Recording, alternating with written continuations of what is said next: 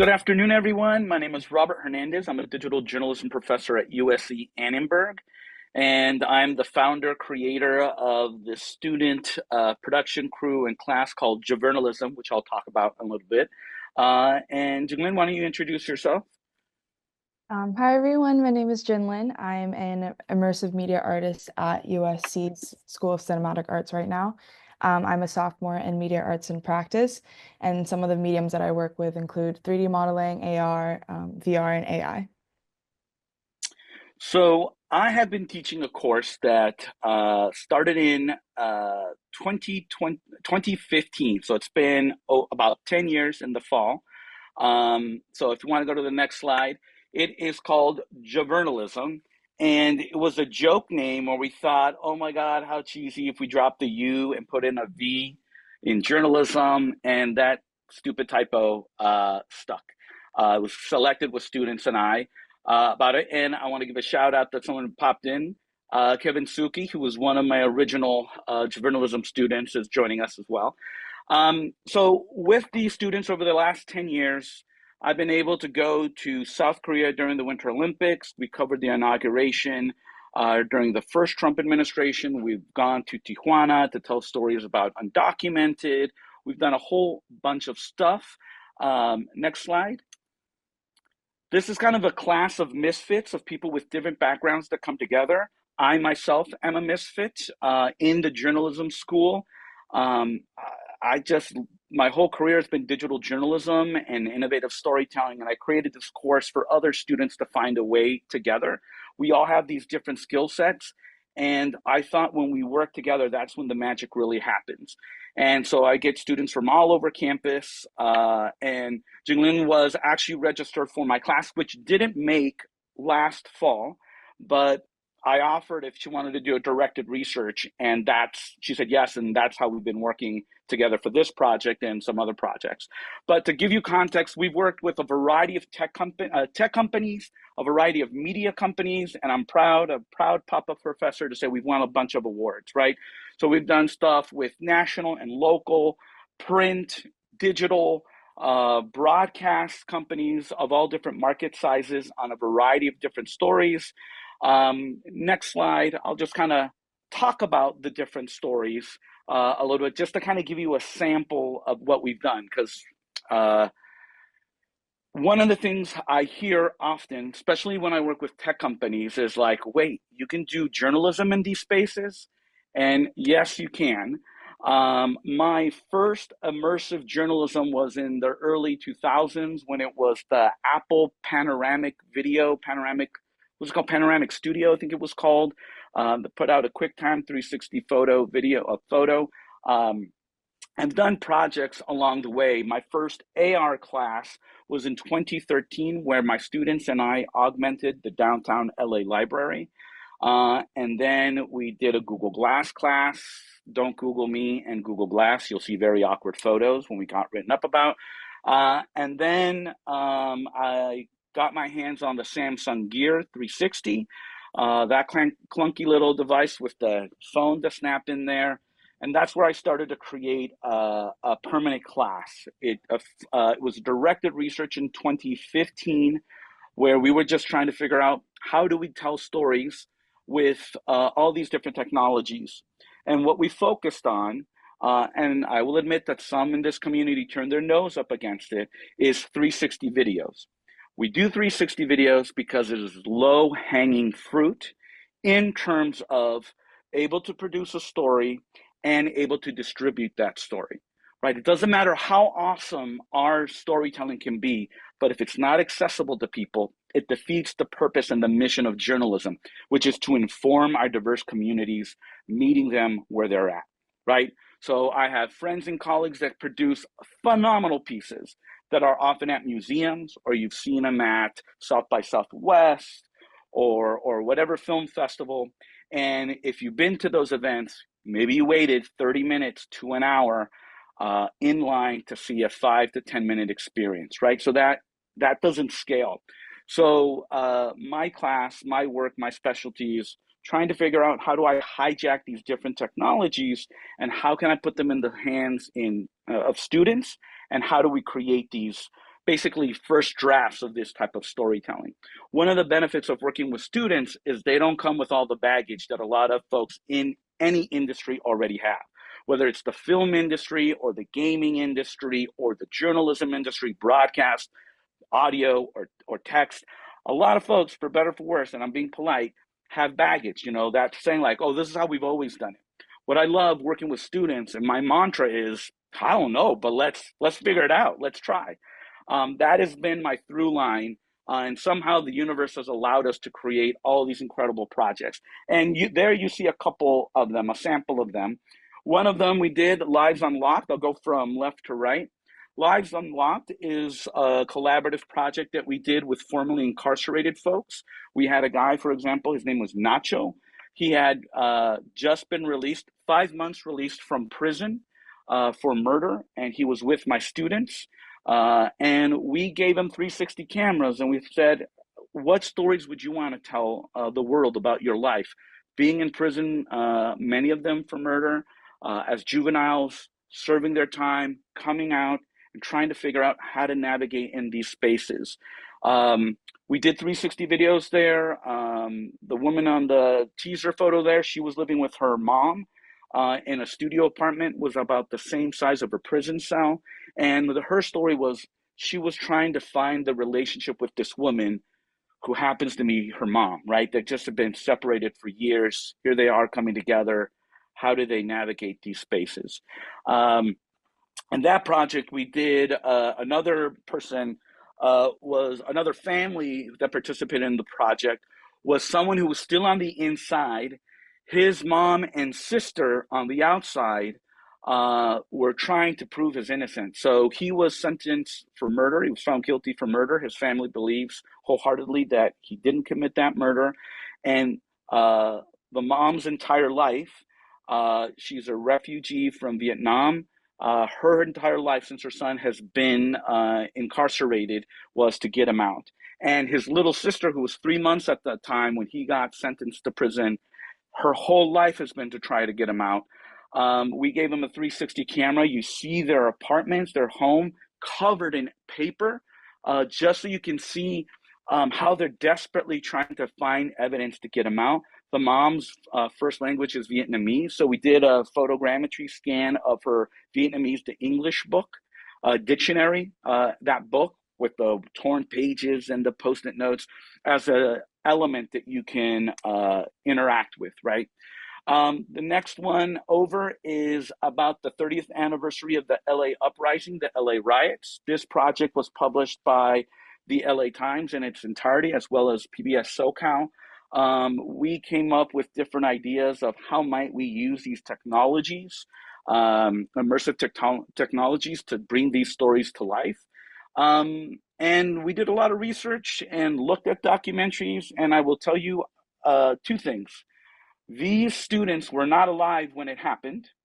And two, the big mistake that journalists did when this story happened was that we basically put black and brown people, we framed black and brown people in a negative light, that they were looters and all that stuff. And I was very afraid that my students would come up with these stories using new technologies to frame that flawed narrative again. But that project came out really amazing. One of the pieces that we did, and you kind of see it there in that thumbnail, is that we tracked down photographers from 30 years ago who took the pictures. And we went there in present day. We did it in two versions. One was a 360 version and one was an AR version. But we did video of 360 and then we overlaid their photo there. And then the photographer would talk to you and tell you the story behind that photo.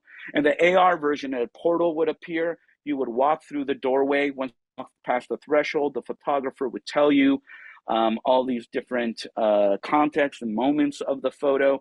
And you can use a scrubber to go from present day to, 30 years ago. So playing in those spaces. I'll just jump to one of our first ones, which is the last one on the right-hand side. That was our Homeless Realities project, where we worked with the unhoused community. We've done stuff on climate change. We've done stuff with survivors of domestic abuse. We've done stuff with youth in foster care, historical pieces, all these different types of projects to try to figure out how might we use these technologies for journalism. A lot of things that happen in journalism that we take for granted is our access to people and places, and that is a really great way to start using these technologies to connect with those spaces and those people. I said that 360 video is low hanging fruit, right? Um, that is kind of, I call it like the gateway drug, not only for my students to get more immersive, but also for the industry to understand what is possible. For that LA Uprising one, we did tours of the South LA with all the buildings still as empty lots. We did the tours around the city with the photos. We did a virtual museum with oral histories using Mozilla Hubs, RIP. And we also, using Sketchfab, created recreated. We did it in Sketchfab, and then we did it in Glitch, with the two fishes. We use that platform to create an interactive browser-based recreation of the famous intersection of Florence and Normandy, recreating this kind of museum art immersive exhibit. We're constantly trying to figure out what could we do with this stuff. How do we use this technology for purposefully, right? I don't know. Let's find out, but we do it with purpose. And that leads us to current project that we'll talk about today, which is the address book. I mentioned Jinglin and I decided to work on a directed research together last semester, just one-on-one, and I would give her assignments throughout the week. Jinglin, talk about how you found this topic first. We had looked at a variety of stories to start a brainstorm. What could we do? What's a viable story? But how did you find this one? Yeah, so the theme that we were kind of scoping around was the idea of hidden histories, especially in LA. LA has a very rich history of different cultures, different minority groups that have settled here and have now moved away. So one of the stories that I was looking in on was Paul R. Williams and the numerous buildings that he's designed in the area.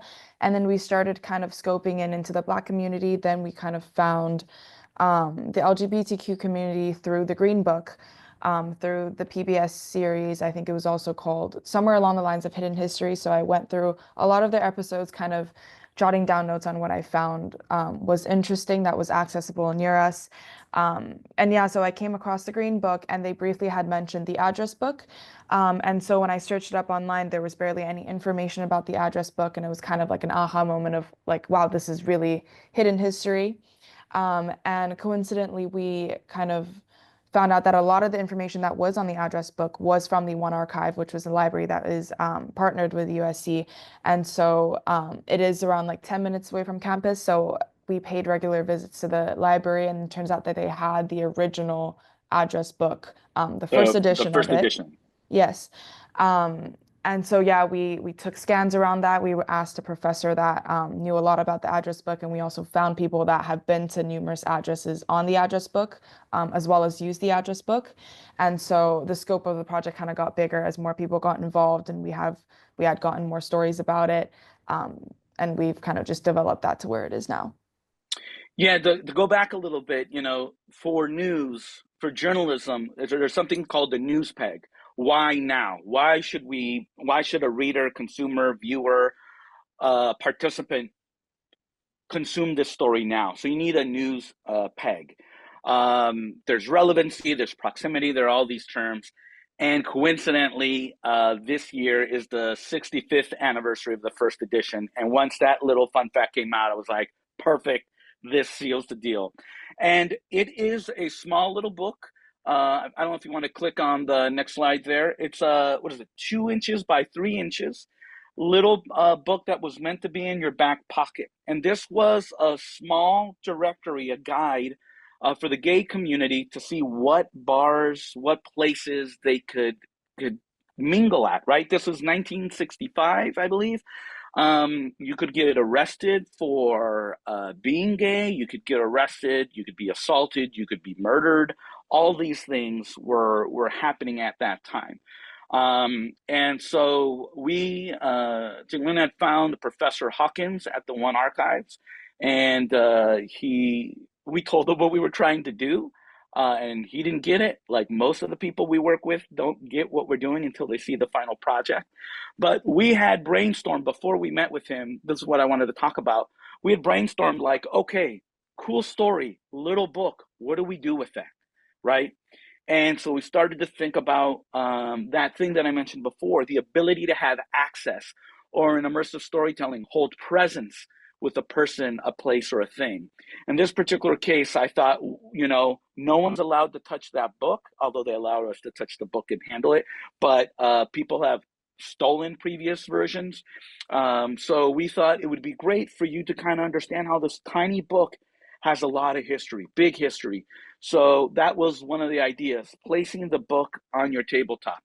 Granted, what we're talking about is not cutting edge, oh my gosh, new technology things, but these are things that, as I've been playing with AR or working in AR formally since 2013, there have been different platforms, approaches, benchmarks in order to make immersive storytelling accessible. And I had done stuff with, I don't know if anyone remembers Mateo, that German company. Back in 2013, they had something called the Juneo browser. They were acquired by Apple and they went away, and that's what turned into Apple's immersive stuff. That was the product we used in 2013. You had to have an app, you had to load up a web page within that app to unlock the AR experiences. We have since done stuff with social media apps where we've created AR experiences there. But again, you need to download that social media app. And, platform with the ghost, uh, we're not the demographic, and most of the people on that platform are not caring about news. It's making your head in the shape of an avocado or throwing up a rainbow, very ephemeral, fun kind of things. And so that was actually the platform we used for the Unhoused project, where we did photogrammetry on a woman's tent in Echo Park and allowed you to do a virtual tour around her home and have you step inside the tent, right? So that little trick was, we have a photogrammetry 3D model of the tent. And when you pop your head into a 3D model, you see the inverse. Well, we thought, what if we put a 360 photo in there? So when you pop your head in, you're literally looking inside the tent. We made it to scale, so you would have to crouch down to hold presence with that space. Those are the things that we did. And so we thought this would be, and now, fast forward to now with Niantic, the browser-based ability to share this across without having to download an app, making it accessible, that to me was like, oh my gosh, this is fantastic. And it was a challenge for us to figure out, how might we use this tech for this type of storytelling?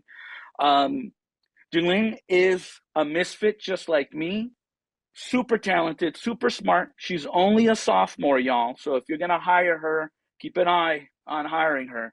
But she wanted to do these things, wanted to do 3D modeling, wanted to do 360 editing, wanted to do some coding, wanted to do some web development. So we talked about these experiences. Okay, cool. We can put the little book in front of you. Now what?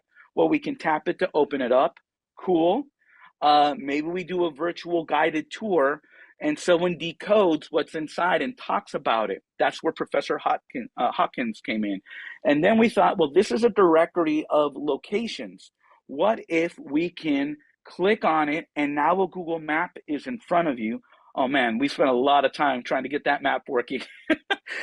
Put a map in front of you with push pins that you can then click on and then see these locations in present day and potentially port yourself into that next experience. With this platform, you could do that, but with the timeline that we had, we opted just to do a MVP, a minimal viable product of have the book, interact with it, and then learn about it.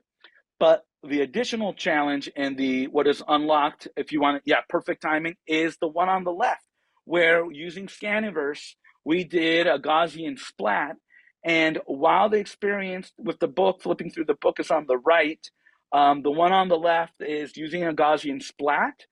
We had to come up with ways to kind of pin you to the corner and have you tap to place the book on this library cart. And then the story happens to unfold there inside the one archive. So that was how we got there, talking about how might we do this. We came across, dead ends. We've used different templates.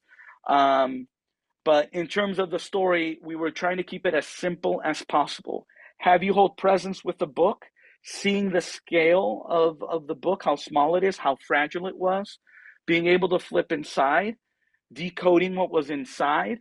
If you go back one slide, I don't know if you'll be able to see it, but on the left-hand side, the open book, it says Alabama on the right page. On the left page, it's the explanation of letters. And that's how they coded up the type of bars you would go to. My favorite is SM for some motorcycle. But they have C for classy. What were the other ones? Just different scenes, right? And on the right, the open book on the right is just a directory of different bars found in LA, the LA area, for the lesbian scene, for these bars in different places.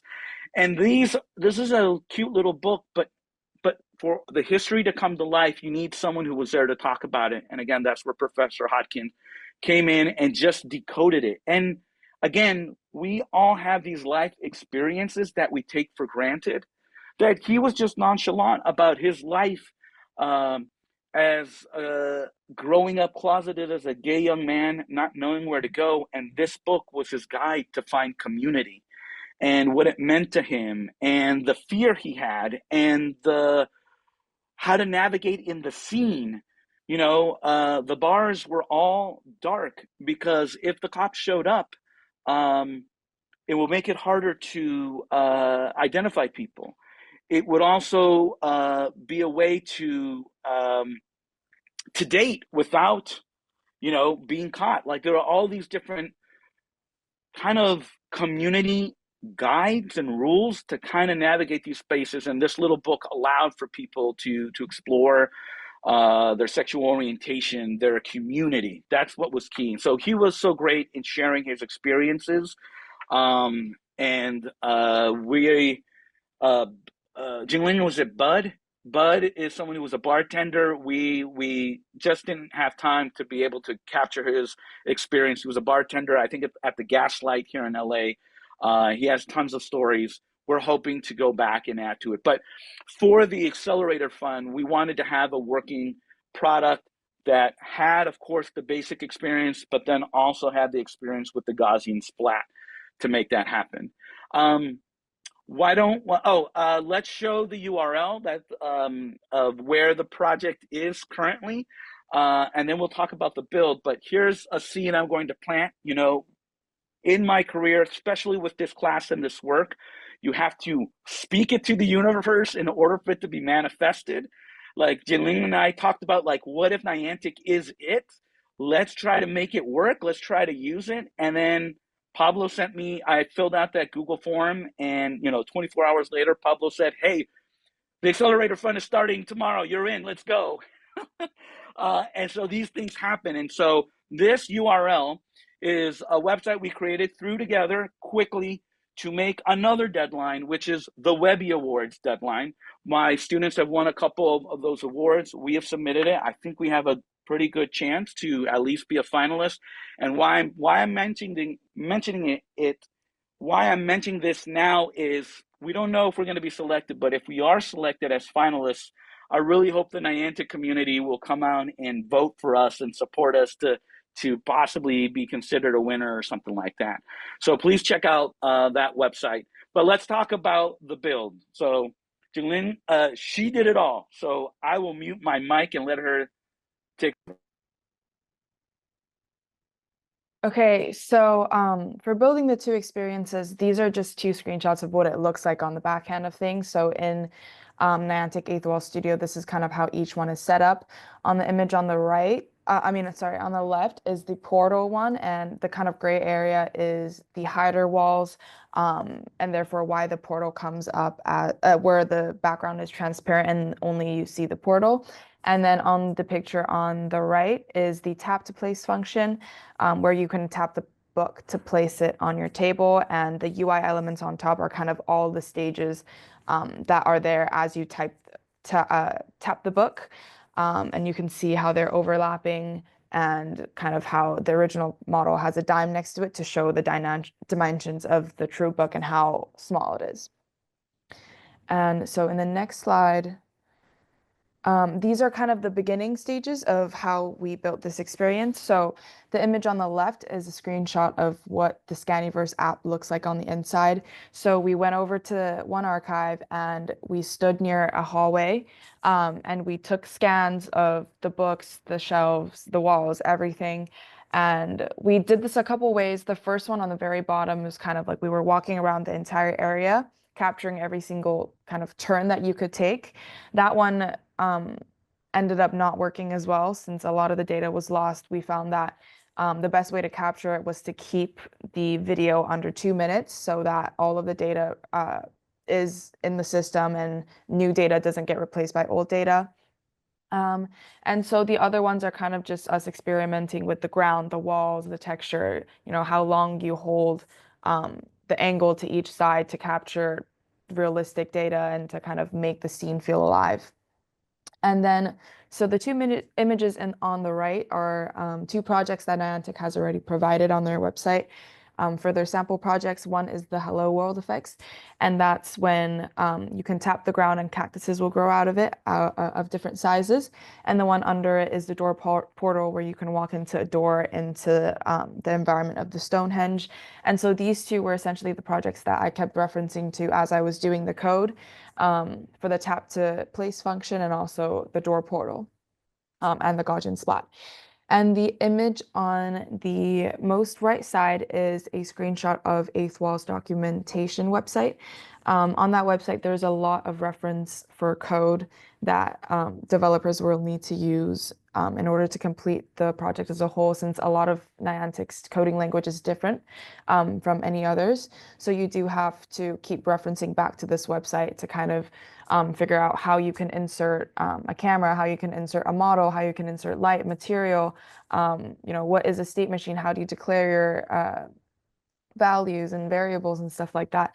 So yeah, these three were mainly the resources that I kept going back to as I was building the project. And the next slide is a screenshot of the tap to place function. And so this is just kind of an overview of what the studio looks like. On the left, it's the dashboard of, all of the materials that you have, all the files that you have loaded, and also everything on your hierarchy that is showing in the scene. And on the right side, in the middle before the code is kind of the entities that we attached to the camera. So in the code, you can see under ECS.register component, we have the name tap preview, and you can see how that again is reflected in the camera settings. And under that, we have preview entity, ground entity, info, UI elements, text element, etc. And you can also see how those elements are just are declared in the code. So this kind of match is there so we can attach the different UI elements to the different names that we've assigned, and then call these different elements at certain times throughout the scene when you want the UI element to be shown. And under all the declarations is a state machine, and under that is a lot of code involving like image trigger, mouse, raycaster. All of that is a code again that was referenced from the Hello World Effects documentary and documentation under Eighth Wall. Those are just kind of I think they were 3JS code to detect where your mouse is and kind of to reflect that onto the position of your camera, therefore casting the book onto where you want it to be in the table. And on the next page is a screenshot of the portal project, where again, you see the same setup on the left side is a You got hierarchy me of every going. object and file. You got me going to some community. Sorry. Good Yeah, here. on the left side, on the left side is a hierarchy of the objects, the files that we've uploaded. Same thing on the right side. So with code, for this one, we have three folders of code essentially. One is the tap to preview of how you're going to place the book on the table as you go into the Gaussian splat. The other one is the portal, so kind of setting up for the door portal, setting up the hider walls, setting up so that the Gaussian splat doesn't um, show outside of the door. And then the third one is the book, which is in the middle of the top tabs here, and which is also what the code is showing. So for this one, because there are different folders of code, what we did was to kind of, throughout the different stages, we separated it into two. So we carried a lot of the variables from the code from tap preview to here. And in this code, you can kind of see exactly how certain elements are getting declared and certain elements are getting removed. So under defined state open glossary, so that's a console that we assign to kind of see if the code is working and if we're on the glossary page. Then under that, you see how we've defined different variables such as UI element 2, info, audio icon. Then we have the ecs.hidden.set and the ecs.hidden.remove. These are codes for Niantic language, which is kind of show info, hide info, um, and that's where we can have different graphics show up where if you tap, then there's a graphic of the address book, then you tap again, then that disappears. Then there's an address, then there's a graphic of Bob Dameron, let's say. So these are kind of the mechanics of how you hide and show different elements. Then you have ecs.gltf model.set. And that is again Niantic language for calling a 3D model upon tap. And under that, we have URL, and the URL links to the assets of which we have assigned to the row, to the column on the left for how we have named the GLB, the 3D model. Then after that, we have ecs.audio.set, and that's Niantic language again for calling the audio of Professor Hawkins to explain the experience. And that again is referring to the assets that we have on the left here and the audio, which we have named JVR audio.mp3. Then .on event, which is another Niantic language for as you touch the screen, you go on to the next scene. And then the same thing repeats again with calling different UI elements, hiding different UI elements, calling 3D models, calling audio into the scene. And that kind of repeats until the end of the experience and until the book is closed. Awesome. Thank you both so much for that presentation. Robert, did you have anything to add to the end of that? Yeah, I just wanted to kind of like talk out some things. I mean, you might have questions too, but I just want to set the table to remind folks of a couple things. For some folks on this spectrum, this is simple code. Oh my God, this is so easy to do. But what is often missing with these experiences, the content, the story, the humanity. So this is what's really interesting of like technology and storytelling coming together for something besides a video game, right? Nothing wrong with that at all. But trying to figure out how might we use this technology for different types of experiences. And then the other extreme is like never coded before. All the things Jinglin said is like Greek. Um, and so, Jinglin, I wonder if you can talk about how much did you know before you started with this project, and how many kind of dead ends did you feel like you hit, and how did you overcome them? Um, I knew a little bit of coding before going into this project, but it was very, very different than kind of Niantic Studio code, and I wasn't a very good coder. So, to be honest, yeah, I had a really hard time using kind of adapting to the Eighth Wall Studio interface and using um, their language and kind of referring to like documentation and putting my own information into it, like assessing the models, all of that. So I was in constant contact with George from Niantic, which is their mechanics for like coding and stuff. I had meetings with them like almost every week. I was always in contact with Pablo. And that's how the process kind of progressed. there was a Zoom meeting where George like basically spent an hour explaining to me and Profe kind of how the entire thing worked, how to find the documentation, everything like that. So yeah, and as a beginner coder, the beginning was definitely hard to adjust to, but once I got the gist of it, and as Pablo and George have also been very supportive and very available to help, after I kind of got the gist of everything after that worked out super fast, and it was just smooth sailing from then on. Yeah, here to George, as Tamika Yeah. says in the chat. Yeah, it was great, to have these ideas, to have these assets, to talk about it. As I,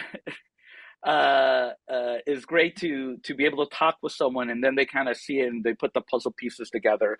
And with every new technology, we hit kind of roadblocks. With every technology my students and I have been working on for the past 10 years, there's always a challenge, right? How long did we spend the first time with the Scanniverse trying to get all the books, scanning everything? It was just, it was 8 minutes of video, and it doesn't work that way. So we just learned by trial and error. And again, we were fortunate to be in that accelerator fund to have a community to turn to and that support. The documentation was also great to be able to refer to. And yeah, I'm still shocked that we pulled it off within the deadline, reasonably within the deadline. Yeah, that was is great work from both your ends. I have a question for you, Robert, and maybe Jinglin, you can also add to this, is when you're looking at this story, the address book specifically, did you immediately jump to 3D scans, or what was your initial vision, and how did you end up landing on creating 3D scans? So let's put two. I'm going to say two versions of 3D scans, right? Of course, the Gaussian splat and the book. The book, photogrammetry has gotten really easy. Often a small book is difficult to do when it's thin, right? I don't know if anyone ever had or played with the HP Z-Cam, which is this camera that you attach to your monitor to rotate an item and it removes your fingers and creates the 3D model. It's awesome for $500, but for a little booklet, it would never work, right? And so coincidentally, Jinglin was taking a 3D modeling class. This little booklet, super simple for someone who can do, that 3D modeling, really simple. But we knew that we could do photogrammetry in that kind of regard, but we didn't have to do photogrammetry with just 3D modeling in that case. And then we had been playing with different Gaussian splat, different volumetric capture apps to do room captures and Gaussian splats and things like that. And when we were brainstorming, like, what is cool about, this is a little paper book. What's special about it? Not everyone gets to go to the one archive.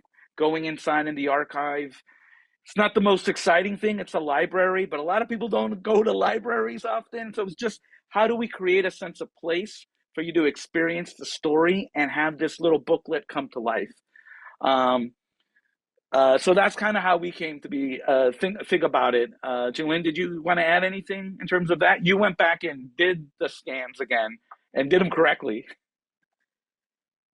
Yeah, the scans took a while because after you put it onto the computer, then you really see like where the holes are and where the transparencies are. So I had to pay visits to the one archive numerous times to redo them. But yeah, I think for the 3D model, we knew that the book was small and that was the most special part about it, and that the size of it carries so much history. So I think we knew that we wanted to highlight the dimensions of it, and 3D modeling was definitely the most like convenient medium to bring that to life. And like Profe talked about, we thought about doing maps, doing all of that, but then at the end we kind of stuck with the Gaussian splatting, and we decided that that was the most immersive way for the audience to kind of experience the book in a place where also a lot of its history has been carried. Awesome. Thank you for those insights. We have a question from Akila who's asking, how was AR applied to the hoop dancing experience that you shared earlier? We didn't do AR in that particular one. That one we did 360. We were doing 3 projects at once in a couple of days in partnership with the Arizona Republic, and we ended up focusing on the hoop dancing one. We did 360 videos, and then we flew drones with 360 cameras on them. If so, this is a couple years ago. So if I could do it now, what is just breathtaking, amazing are the traditional clothes and the hoops and these things that, again, in this community, it's routine. They're coming together. They know each other. They know some of the routines. They know the history of the clothing. They know the style of the hoops. For all folks outside of this community, it was a great way to just, and we don't do this in social spaces because it's rude, but a great way to stare and learn. So there was a couple people that we interviewed that I would scan.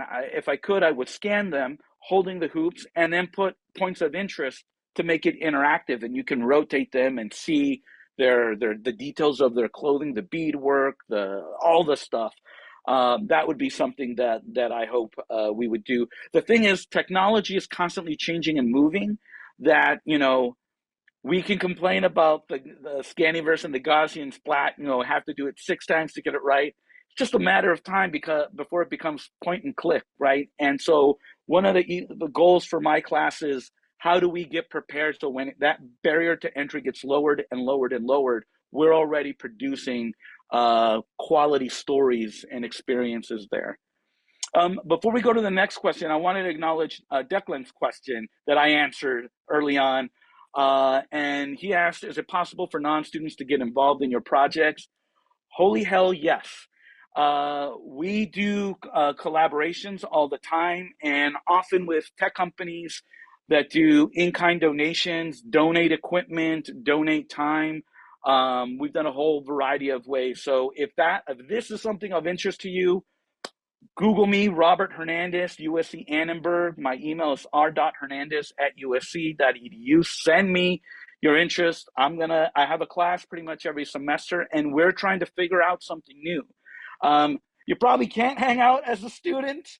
That's the other question I often get. But if you're looking to collaborate, if you're looking for an excuse for a project to kind of just tinker with, and you want to offer up your expertise, yes, I will take it. I am a misfit in these spaces, building a network of other people who see what we're doing and get the inspiration and want to collaborate. So yes, please. Great. Awesome. Thank you for calling back that question from Declan there, who is also working on a really cool project, which we'll be announcing a webinar for next week. So just keep an eye out for that in our community spaces. We have a question from Christine, who's asking, if you could tell your past selves at the beginning of the project some tip or trick, what would be the thing that you would share from your lessons learned or gotchas that you went through? Jinglin will have a better answer, but I will go before we jumped on the Niantic. We committed to Niantic. We were looking at all these different platforms, and we're trying to. I'm a kid from the '80s, so we try to MacGyver these things together. Like, how do we do a map? Okay, what if we do this? Well, there's this other thing over there, and like it's always kind of hacking it together. And the thing that is different is researching and reporting is one phase of the experience. The other is producing the experience, and then the third is distributing that experience. You need all three to work in order to be successful in the type of storytelling we're trying to do as journalists, right? As storytellers for our community who may or may not have a head-mounted display, Apple Vision Pro or whatever, a Quest. We want to make something accessible to everybody. And so that kind of ties one hand, sometimes two hands behind our back, trying to figure out what affordable technology we can play with in those spaces. So I swear to you, I'm not kissing butt, but it was a struggle for us to go like, which one? This Niantic, I met Niantic at AWE, highly recommend the conference. It was in Long Beach last year. I think it's returning. And I was just like, could this be the one? And Empires Rise and Fall, I don't know what's going to happen. Mozilla Hubs, A-Frame, all these different platforms that we played with. I thought this was a really good one. And when we committed and took the steps in that, everything started to come into place. For me, I think it was kind of like trusting the process and just diving headfirst into coding, because I think that was one of the biggest things that stopped me was like as an multimedia artist, I've used like Blender, Touch Designer, like every interface I feel like has a really high learning curve. And when it came to Eighth Wall, I was kind of like in the beginning, I was kind of just like procrastinating and waiting it out. And also I wasn't asking for help as often as I should have. So I was kind of just left alone to figure this new interface out, looking at the documentation, not understanding anything. So yeah, I think one of the things was definitely like not being afraid to just dive head into learning the interface, and also asking for people to for help as frequently as I needed it, because it proved that, you know, Pablo and George were always available and they were always supportive.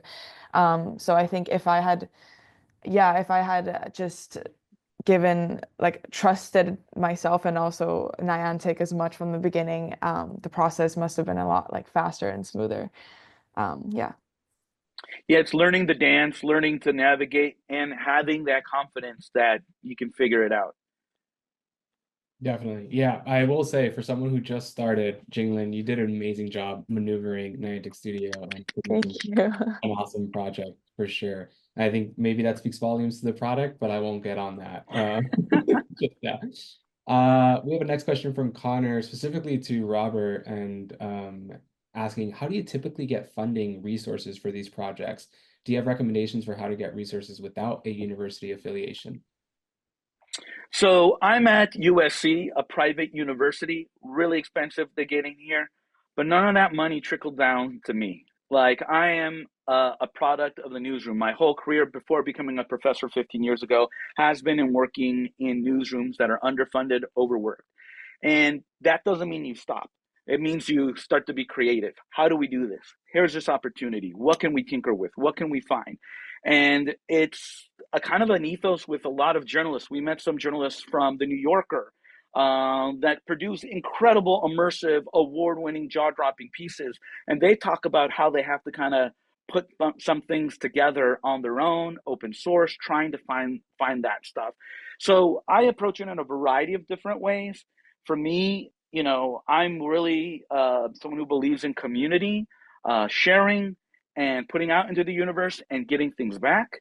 So I connect people, people connect me. I'm fortunate to have a good reputation in these spaces where people have donated money. I had an alum who gave some money to not to the university, not to the journalism school, but to me to help support my students. That's a rarity, but oh my gosh, what an incredible blessing and endorsement. I often, you know, cold email some big companies. I throw Hail Marys and somehow they get caught. Not always, but sometimes they do.